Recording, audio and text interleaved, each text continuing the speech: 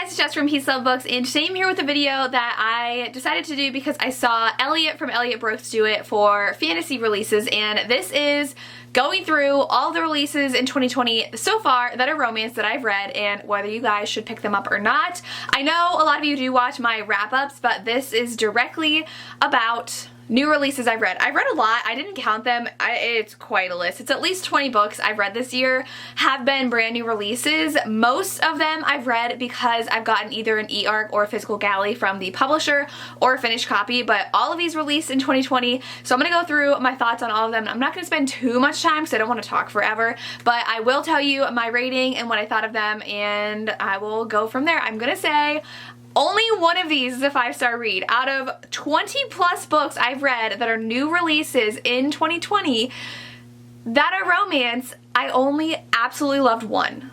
I have a lot of 4 stars, but only one 5-star. So I'm gonna go ahead and get to all the releases. Speaking of releases, the first one is Release by Alli Martinez. I got this as an e-arc. I don't even know why I signed up for it. I don't read Alli Martinez's books that often. I've been really picky about the e-arcs I sign up for because I signed up for way too many and was getting super bombarded with reviewing, so I don't sign up for a lot.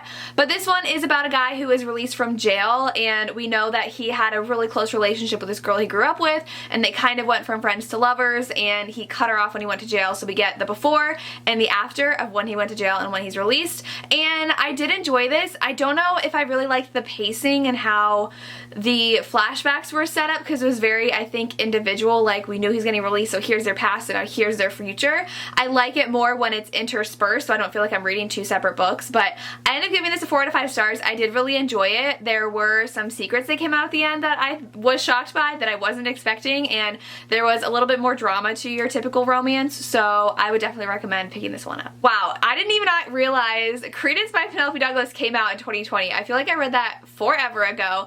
I think we all know what this is about. Our main character, her parents are very selfish people. They don't really care about her, and they end up committing suicide because I believe her mom has cancer, and so they both decided to like end their lives together, leaving her alone, so she has to go and live in the mountains with her step uncle and her 2 step cousins, none of whom she's ever met, and it is her romance with all 3 guys.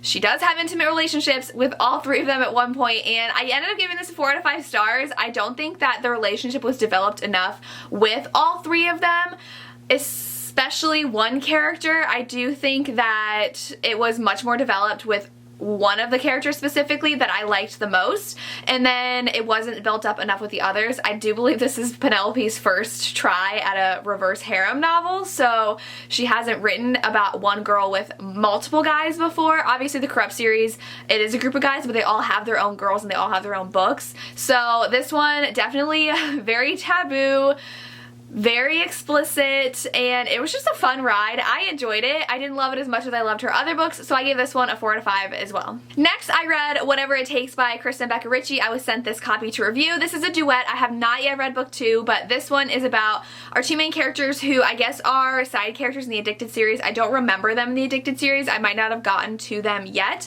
but our female main character is somehow related to Lo, so I don't want to say how, but she is, and she ends up leaving her parents, and it's because I believe something had happened that came out, and she decides she wants to go meet her half-brother, which is Lo, and she meets a guy, and it's their romance, and we flash back between when they meet and then when she moves to London to study abroad and go to college in London, and he is still back home. He has a rough past, so we get to see them meet and fall in love, and then we get to see them current day having issues, trying out a long distance relationship.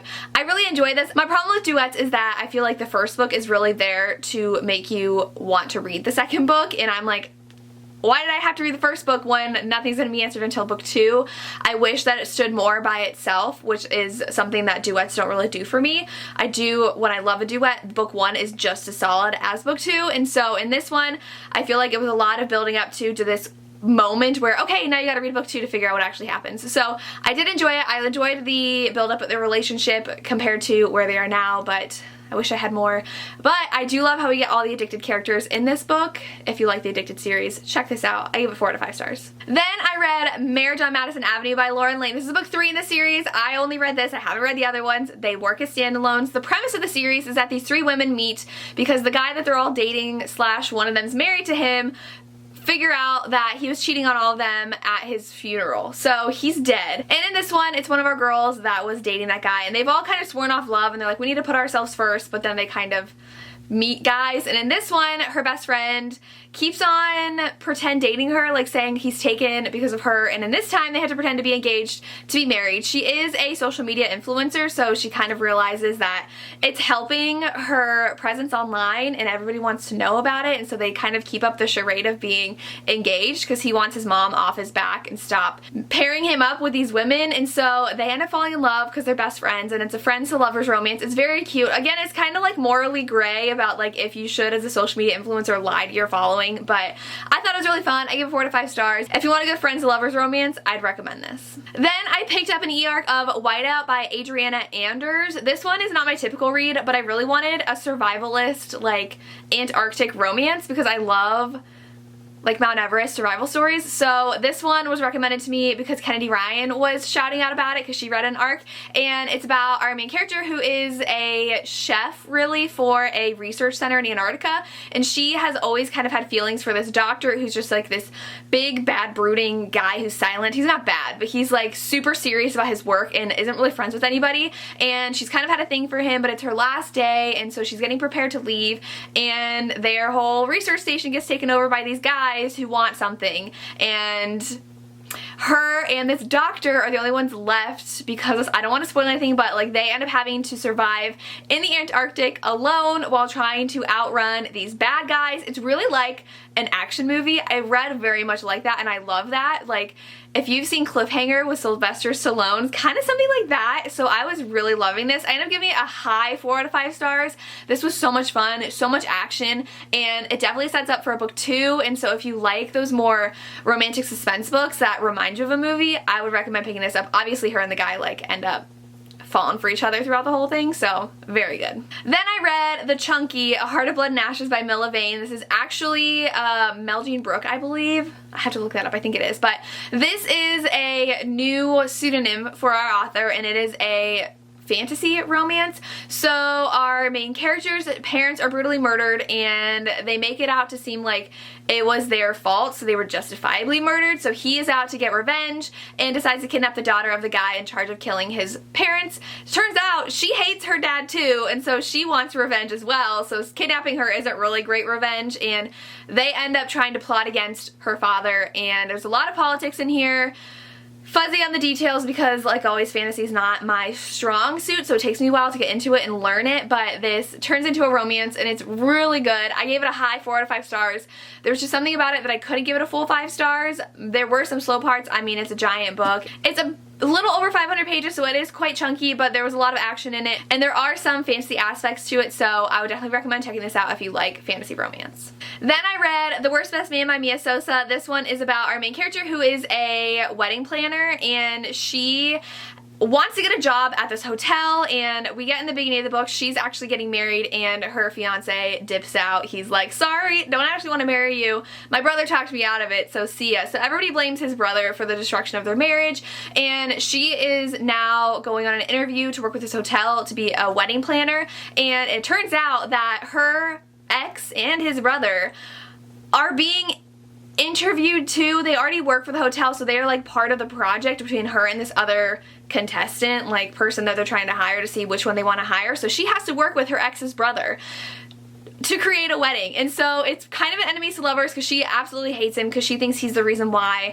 her marriage didn't happen, and it's very adorable. The brother is so cute and so funny, and he's trying to show her that he's not really a bad guy, and they fall in love, and it's really fun. It really reminded me of The Unhoneymooners by Christina Lauren with some aspects in here that were really funny. They have to act like a couple at one point, so I would definitely recommend this if you like a fun rom-com. The next book I read was Chasing Cassandra of Elisa Kleypas. This is about our main character Cassandra, and she is waiting to marry for love, and at one point she asks her cousin like, well, why don't you just marry me because I feel like I'm never gonna fall in love, and so Tom is like, hey, like I can marry you, and she's like, no, that's not what I want. Then Tom ends up attempting to save her reputation because of something that happens, and it's really cute. I really like Tom's character. I saw a complaint that there was too much consent in here, which I don't know who would say that, but he made sure that it was everything that she wanted during their relationship. It's really fun. I ended up giving it 4 out of 5 stars. I do think it was a little slow in parts, and I wish it was a little bit more fast-paced, but I really enjoyed it for historical and gave it 4 out of 5 stars. Next, I picked up Bullseye by Monica James. This is a new book. I don't know if it's a duet. I think it's a duet, so I think there's only going to be 2 books. And dark romance. Our main character just gets out of jail, Bullseye, and he moves back home to where he grew up and where he was before he was put in jail. And all we know is that he killed someone, and we slowly learn why he did that and what he's doing after he's released from jail. He's trying to get revenge on someone for something, and he ends up getting a job at a strip club because he doesn't really have a lot of suitable job qualities because he just got out of jail, so no one really wants to hire him. So he's a security guard at the strip club, and he starts falling for Doe, who was one of the dancers, and we learn a little bit about her. I ended up giving this 4 out of 5 stars. It was a really strong beginning to a duet, but I do think I wanted more about Doe's character other than the fact that she loved to dance and wanted to be a dancer. We didn't really get anything about her son, and she was a mom. She was a single mom with a 12-year-old son, I think, and we never got to see her really interact with her son, and I was like, that's a huge part of who she is. But it was still really good, and I'm very excited for book 2. It should be coming out pretty soon. Next, I picked up Undercover Bromance by Alyssa K. Adams. This was highly anticipated. I loved book 1, which is a bromance book club. This one is Mac's story. He was in the book club in book 1 of a group of guys who read romance to try to fix their relationship problems. And the love interest is Liv, who is a sister of the main character in book 1. And Liv is a very snarky, negative character, and so I really didn't like her in this. The main premise is that she is fired from her job by a very sexist boss, and so she's trying to take him down, and he is sexually harassing his employees, and Mac helps her. That really overshadowed the romance, and she was very hypocritical when it came to her and Mac's relationship and how she got mad at him for certain things that she herself was doing. So I gave this a 3 out of 5 stars. I didn't love the romance. I didn't love the plot. It just was too much all at the same time that nothing was really standing out to me, and I am excited for book 3. And I will say the Russian is funny. He has bowel issues, so he goes to the bathroom a lot, and like at one point he ruined something because of his bowel issues, and he's getting his own book, and I really hope they lighten up on that because it was funny the first time in book 1, but it was constant in here, and I was like, okay, it's not funny anymore. But yeah, those are my thoughts. Next one was a huge disappointment, and that is From Alaska with Love by Alli James. This one, our main character decides to write letters to a soldier because she hears it on the radio, and she is weird about it. She like writes really weird things, and she's like, I can't believe I wrote that, but I'm gonna send it anyways, like how hot guys in uniform are. So a guy she hasn't even met yet, and Gabe is the soldier who ends up receiving her letters, and he thinks it's like endearing, and so he writes her back, and their whole relationship is weird. It just was really cliche, like, and over the top and annoying. I think this is the author's first book, and it really shows, and I was just not into any of it, so I gave it 2 out of 5 stars. Next, I got an e-arc of Breathless by Lex Martin, but I didn't read it in time for release, and then the audiobook came out on Audible Escape right on release day, so I ended up listening to it, which was really fun. I love listening to Lex Martin's audiobooks. It's a friends to lovers romance, and so she's always had a thing for her best friend, and it all revolves around the wedding of one of the couples of the previous books. I believe this is book 3 in the series, and so it's their friends to lovers romance, and I did enjoy it. I will say I don't like friends to lovers where the girl's been pining after the guy forever, and the guy just like is playing around and being with whoever he wants to be for however many years, and then he's like, oh, look what's been in front of me the whole time. And so I don't really love that aspect of friends to lovers, so that's what this was. So I did end up giving this a 4 out of 5 stars. I really enjoyed it, but the trope is not my favorite, so that's why I didn't do it. There is a little suspense thrown at the end too, which was pretty interesting. I wasn't expecting, but I did enjoy this one. Next, I read Wild at Heart by K.A. Tucker. This is the follow-up book to The Simple Wild, which I gave 5 out of 5 stars. I love that book. This one is pretty much Calla and Jonah trying to figure out how to live in Alaska, and I was bored to tears during this book. I gave it 2 out of 5 stars. It was Calla buying insanely expensive furniture for their house, Jonah getting mad, and then her getting mad at Jonah for getting mad, and then her getting mad at Jonah for being gone all the time, and I'm like, I don't care that you're dropping like $2 grand on a dining room table, and on a chandelier and like all these crazy things, and she just complains the whole time, and she gets mad at Jonah when I'm like, you knew this is his life, and I guess he could like be a little bit more aware of your feelings, but I just didn't care. I don't like the domestic bliss of characters in books. Like, I don't like epilogues where it's like, look, now they're happy and married and having babies. I'm like, I don't care. Like, I could have done without this epilogue. So the slice of life romance, I don't like. So I really did not like this book. A lot of people loved it. They loved seeing Jonah and Calla trying to work things out. I could have cared less. 2 out of 5 stars. Then I picked up The Honey Doubtless by Christina Lauren. This is about our main character who is an assistant to this home renovation couple who is like the it couple of HGTV, and she ends up falling for the assistant of the husband, and she's the assistant of the wife, and in reality the husband and wife don't get along at all, and they're just putting on a facade for everybody, and they're going on a book tour, so our main character and the other assistant have to kind of keep everything together, and they fall for each other. This was okay. It was more boring than anything, and I really didn't like the pacing at the end and how everything wrapped up, and it felt very insta-lovey. Like, there wasn't a lot of romance until like halfway through when they realized, hey, like, well, I'm kind of attracted to you, and then it was like, boom, oh my god, like, way too fast in love. So I gave this 3 out of 5 stars. It was just another miss for me from Christina Lauren. I'm waiting for something to like really make me fall in love with them again, like the Honeymooners. I didn't like Twice in a Blue Moon, and I didn't like this one, so hopefully I like their next release. Then I picked up The Sinner by J.R. Ward. This is Sin and Joe's story. I can't really say too much about it because this is book 18 in the Black Dagger Brotherhood series, but I am caught up now. I read all of them last year. One of my favorite series of all time. I will say books like 1 through 10 are the best. After that, they've been going downhill. I ended up giving this 4 out of 5 stars though. I gave The Savior 3. I was not a fan of the last book. I feel like we've been building and building and building to something, and we're finally there, and now the next book's gonna be like, what happens next? So we did get a lot of Butch in here. Butch is my favorite. I did wish we got more of the brothers, but 4 out of 5 stars. Love this world. Can't wait for the next release in August. I love me some J.R. Ward. Then I read Old Fashioned by Candy Steiner. This is book 4 in the Becca Brothers series, and this is the final book, and we finally get the culmination of the mystery that's been building. I'm not a fan of romance series that are all standalones with something that like intertwines them. So there's a whole mystery of what happened to the Becca Brothers' father, who was killed in a fire that was started from a cigarette in his office when he doesn't smoke. And so they're like, there's no way this killed our father, something or someone did this. And so that's been building for 4 books, and I feel like when it came to fruition it was like way too overdramatic and soap opera-y, so I didn't like it. But this is Jordan's story. He is the adoptive older brother of the Becker siblings, but he has always felt like he belonged, and he doesn't really know who his birth parents are, and he loves his brothers and his mom, and he has a relationship with the new athletic trainer for the football team. He's a high school football coach, and it's their romance. It's kind of forbidden, not really, because like there's no rule that they can't get together, but she is a single mom. She was married to the chief of police, and he is abusive. So there's that aspect of the story. I thought it was cute. I gave it 4 out of 5 stars. This series isn't my favorite from Candy. I love her other books more. This one, I really enjoyed book 1, and then I just kind of liked the rest. So it was okay. I mean, if you want just a nice, fun romance series, you should pick them up, but I'm ready for some super angsty emotional books from her. I'm excited for the new Palm South University to come out in the summer, and then she has another release coming in the fall, which I'm excited for. Next is my only 5-star read, and it's not even like technically full out romance, but I'm counting it, and that's House of Earth and Blood by Sarah J Maas. This one is a super slow burn romance, and the reason I loved it is because of the romance, even though it's technically fantasy.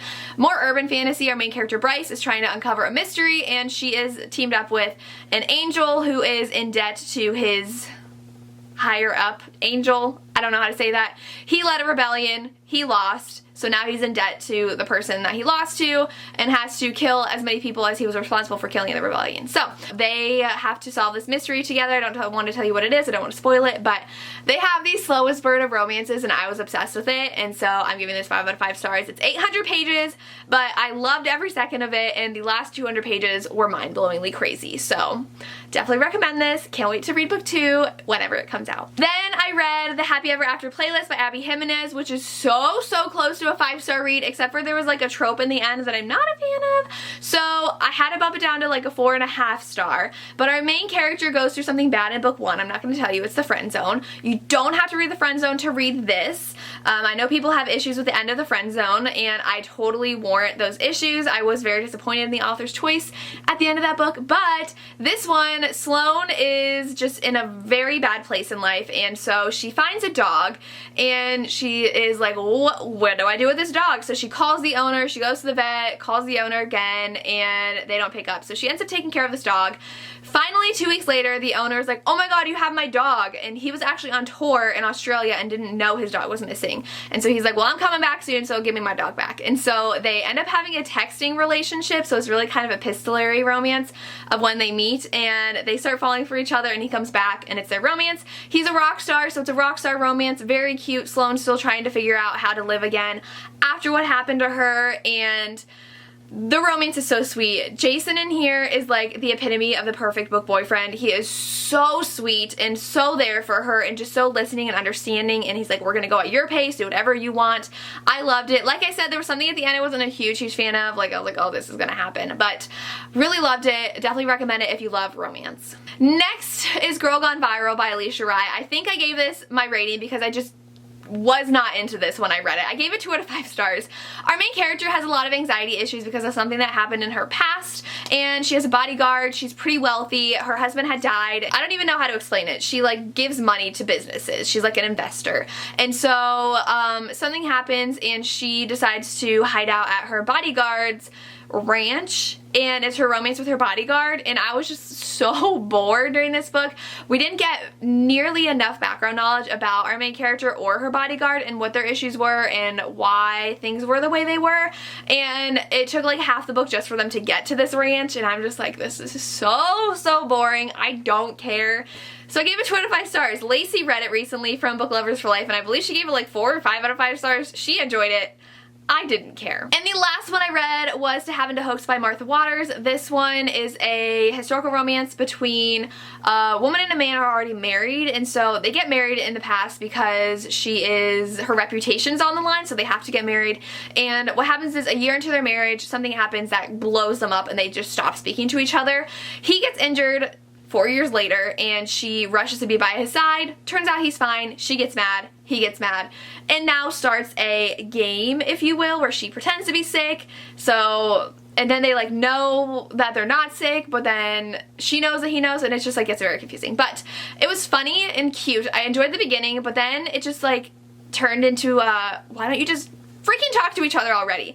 If you don't like lack of communication, you're gonna hate this book. If they just sat down and talked about their problems, everything would have been fine. And we don't know what blew up their marriage until a lot later into the book, and so even then I'm just like, seriously, like that whole blow up of your relationship could have been discussed the next day and your relationship would have been fine. So I gave this a 3 out of 5 stars. It was fun, it was fine, but like the whole thing could have been avoided if they just talked to each other. So yeah, those are my thoughts. And those are all the romances that I've read that have been newly released in 2020. Let me know down below if you've read any of these and your thoughts, or if you've read any other romance releases this year that you think I should read. And let me know if you want me to continue to do these every like 3-4 months. Maybe I will. I don't know. That's all I have. As always, thank you so much for watching and have a good day. Bye.